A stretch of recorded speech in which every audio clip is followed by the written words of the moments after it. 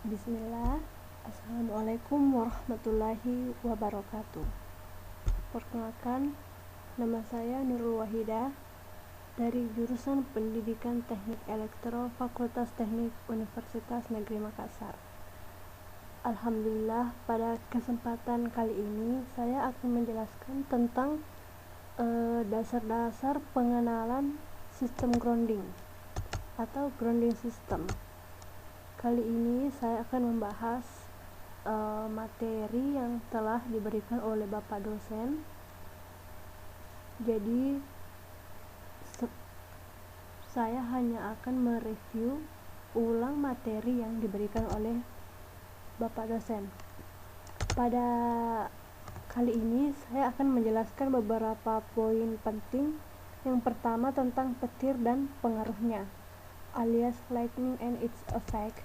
Yang kedua tentang muatan statis dan kebutuhan pengikatan. Yang ketiga, poin tentang elektroda Arde dan faktor yang mempengaruhinya. Yang keempat, itu ada tentang kebisingan sirkuit sinyal dan langkah perlindungannya. Yang kelima, ada perlindungan lonjakan peralatan elektronik.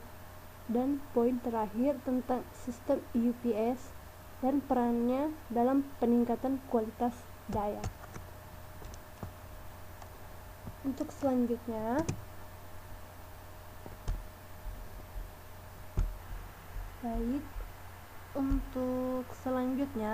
untuk poin pertama, saya akan menjelaskan tentang petir dan pengaruhnya pada sistem kelistrikan. Seperti yang teman-teman lihat, mungkin bisa dibaca di slide yang tampil. Petir adalah hasil dari perkembangan sel-sel yang sengaja dalam sistem awan sebagai hasil dari muatan, dan akibatnya pelepasan antara sel yang membawa muatan atau ke tanah. Nah, perbedaan potensial yang tinggi menyebabkan ionisasi udara antara sel-sel ini dan tanah yang kemudian menjadi konduktif dan memungkinkan semburan singkat arus yang sangat tinggi mengalir yang muatannya terakumulasi secara instan.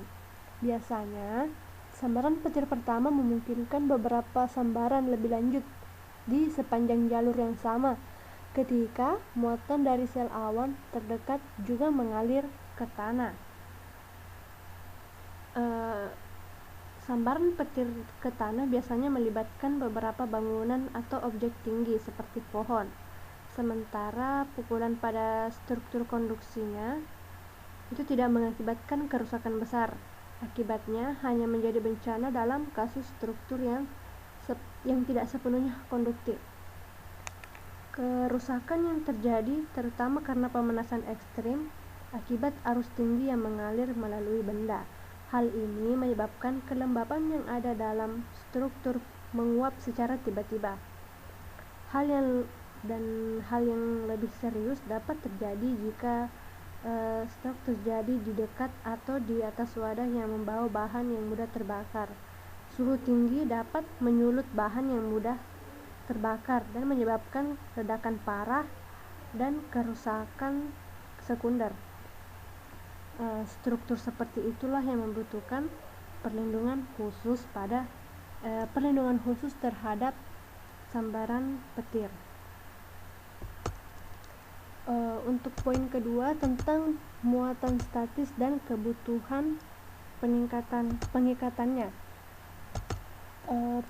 Pada poin ini saya akan menjelaskan tentang muatan-muatan statisnya. Seperti yang kita ketahui, jenis mesin listrik tertentu dapat menyebabkan penumpukan muatan statis selama pengoperasiannya, dan muatan ini terakumulasi di permukaan bagian peralatan, misalnya sabuk karet datar di sekitar 2 katrologam yang merupakan jenis tenaga penggerak yang sangat umum. Transmisi menghasilkan banyak listrik statis. Ketika jumlah muatan yang cukup dibangun, percikan api dapat terjadi antara bagian yang diisi dan benda yang dibumikan di dekatnya. Pada gambar di bawah ini atau yang di bawah tulisan yang saya tampilkan itu gambar ilustrasi prinsip-prinsip yang terlibat dalam muatan statis ini. Percikan dalam beberapa kasus praktis dari penumpukan statis yang terjadi di instalasi industri dan konsumen serta cara dan sarana penghindarannya akan dibahas pada bab-bab yang lebih lengkapnya. Poin selanjutnya yaitu tentang elektroda Arde yang memengaruhi, dalam hal ini faktor yang mempengaruhi kemanjurannya. Beberapa jenis elektroda Arde menggunakan bahan yang berbeda, konfigurasi fisik dan desain yang digunakan secara luas dan biasanya mengikuti standar lokal yang mengatur instalasi listrik. Dalam kebanyakan standar, batang logam yang ditancapkan ke dalam tanah hingga kedalaman di mana kelembapan yang cukup tersedia di dalam tanah sepanjang tahun baik di musim hujan maupun kemarau direkomendasikan untuk digunakan sebagai elektroda Arde. Nah, adapun persyaratan umum yang mempengaruhi pilihan elektroda Arde yaitu sebagai berikut, seperti yang tertera pada slide PowerPoint yang saya tampilkan. Yang pertama ada jenis tanah tempat pengedaran dilakukannya, khususnya pada resistivitas listriknya. Yang kedua, kebutuhan untuk mencapai ketahanan bumi minimum yang dapat diterima sesuai dengan instalasi yang terlibat. Yang selanjutnya, perlunya untuk mempertahankan ketahanan ini sepanjang tahun dalam kondisi iklim yang berbeda. Dan terakhir, adanya agen yang dapat menyebabkan korosi pada elemen yang terkubur di dalam tanah. Nah, untuk meningkatkan konduktivitas elektroda Arde, beberapa bentuk konstruksi elektroda itu digunakan di mana lapisan tanah di sekitar elektroda itu diolah menjadi bahan kimia untuk meningkatkan konduktivitas. Hal ini dikenal dengan istilah elektroda kimia.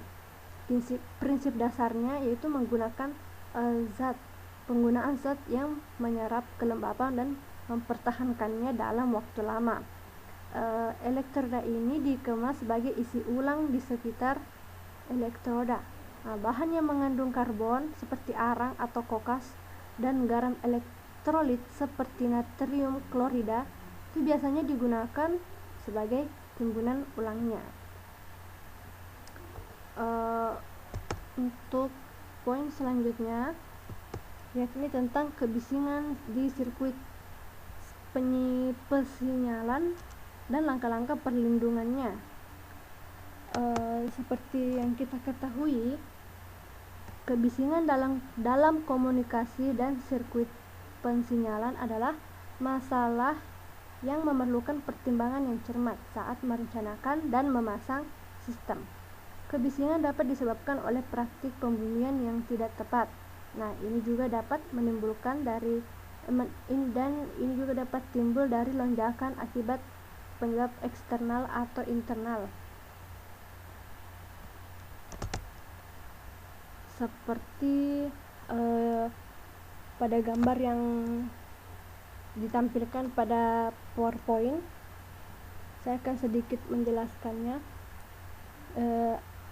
Huruf bagian A dan B itu adalah dua sistem pemrosesan data elektronik dengan koneksi komunikasi C di antara kedua C-nya itu. C adalah kabel. Nah, sedangkan C ini adalah kabel dengan sekat logam yang diikat ke penutup A dan B. A dan B diarahkan ke sistem pentahanan gedung di titik G1 dan di gedung titik G2. Nah, huruf R itu melambangkan resistansi antara titik-titik ini, gedung pertama dan gedung kedua. Demikian pula membentuk loop arde dengan sekat kabel dan arus apapun di bus arde antara gedung pertama dan gedung kedua, sehingga menyebabkan arus mengalir melalui saringan kabel komunikasi yang pada gilirannya menghasilkan sinyal palsu dan karenanya tidak berfungsi. Maksudnya, beberapa pembumian dengan mengikat kabel pembumian listrik ke saluran, dan saluran itu sendiri dengan struktur bangunan lain, dan pemipaannya dilakukan pada kabel listrik untuk mendapatkan impedansi pembumian yang rendah dan tidak memiliki efek buruk pada perangkat listrik daya. Tapi faktanya, banyak kode merekomendasikan praktik semacam itu untuk kepentingan keselamatan manusia.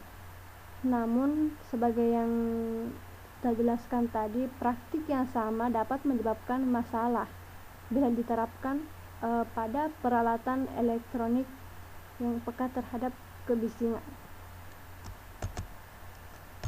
Poin selanjutnya yaitu tentang perlindungan lonjakan peralatan elektronik. Seperti yang kita ketahui, industri dan bisnis modern itu sangat bergantung pada sistem elektronik untuk kelancaran fungsinya, baik itu penggerak industri, sistem kontrol terdistribusi, sistem komputer, dan peralatan jaringan atau elektronik komunikasi lainnya. Perangkat ini yang sering kali bekerja dengan tingkat daya dan tegangan yang sangat rendah untuk mengontrol komunikasinya dan tidak dapat mentolerir tegangan atau arus berlebih yang kecil sekalipun. Tegangan yang diinduksi dari rangkaian daya di sekitar yang mengalami aliran arus itu dapat menyebabkan gangguan pada sistem yang membawa sinyal komunikasi dan dapat menyebabkan kegagalan fungsi karena transmisi sinyal yang salah atau berisik. Masalah lainnya adalah lonjakan tegangan yang terjadi pada suatu daya. Beberapa di antaranya mungkin berasal dari jaringan eksternal, tetapi beberapa yang lain mungkin berasal dari sirkuit lain dalam lokasi yang sama. Akibat dari lonjakan tegangan atau daya tersebut selalu merupakan kegagalan perangkat elektronik itu sendiri. Contoh tipikal gangguan tegangan eksternal adalah sambaran petir di dekat sistem transmisi daya overhead. Transien seperti itu juga dapat terjadi karena menyalakan atau mematikan trafo besar. Trafo itu ketika diisi menarik arus masuk sesaat, dan ini dapat mencerminkan sebagai gangguan tegangan. Demikian pula mematikan beban induktif, misalnya kumparan yang memberi energi pada kontaktor akan menyebabkan lonjakan ke tegangan singkat karena runtuhnya medan magnet di inti magnet.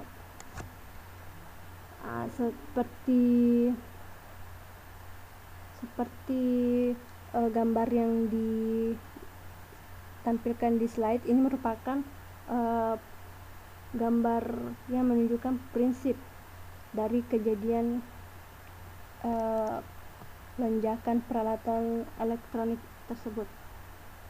Setiap pemasangan itu dapat dibagi menjadi beberapa zona tergantung pada tingkat keparahan lonjakan yang dapat menyebabkan peralatan di zona tersebut.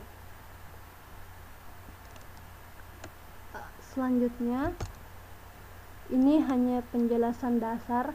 Untuk lebih detailnya akan dijelaskan insyaallah lain waktu. Untuk poin terakhir yaitu sistem UPS dan perannya dalam peningkatan kualitas daya.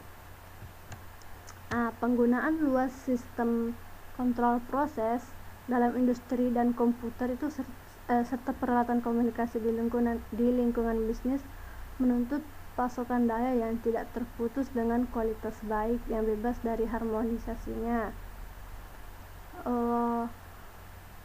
Pada sistem UPS yang diberi inverter statis yang memperoleh daya atau tegangan frekuensi kunjungan berbagai pilihan dalam sistem saat ini, sistem UPS elektronik. Elemen switching dari transistor bipolar gerbang terisolasi atau biasa disingkat IGBT digunakan untuk keuntungan. Selain membuat rangkaian saklar sederhana, mereka juga mengizinkan inverter untuk beralih pada frekuensi yang sangat tinggi. Ini pada gilirannya mengurangi kebisingan, membuat sistem lebih kompak, dan teknik modulasi lebar pulsa memastikan harmonis keluaran gratis atau bebas. Namun ada sejumlah faktor yang ikut bermain saat memilih sistem UPS berkapasitas kecil dan menengah ini. Untuk faktor-faktor dan masalah yang berkait dalam sistem ini akan dijelaskan pada bab-bab yang lebih detail selanjutnya. Sekian untuk pemaparan dasar atau pengenalan dasar tentang grounding system yang sempat saya sampaikan. Kurang lebih mohon dimaafkan. Sekian, assalamualaikum warahmatullahi wabarakatuh.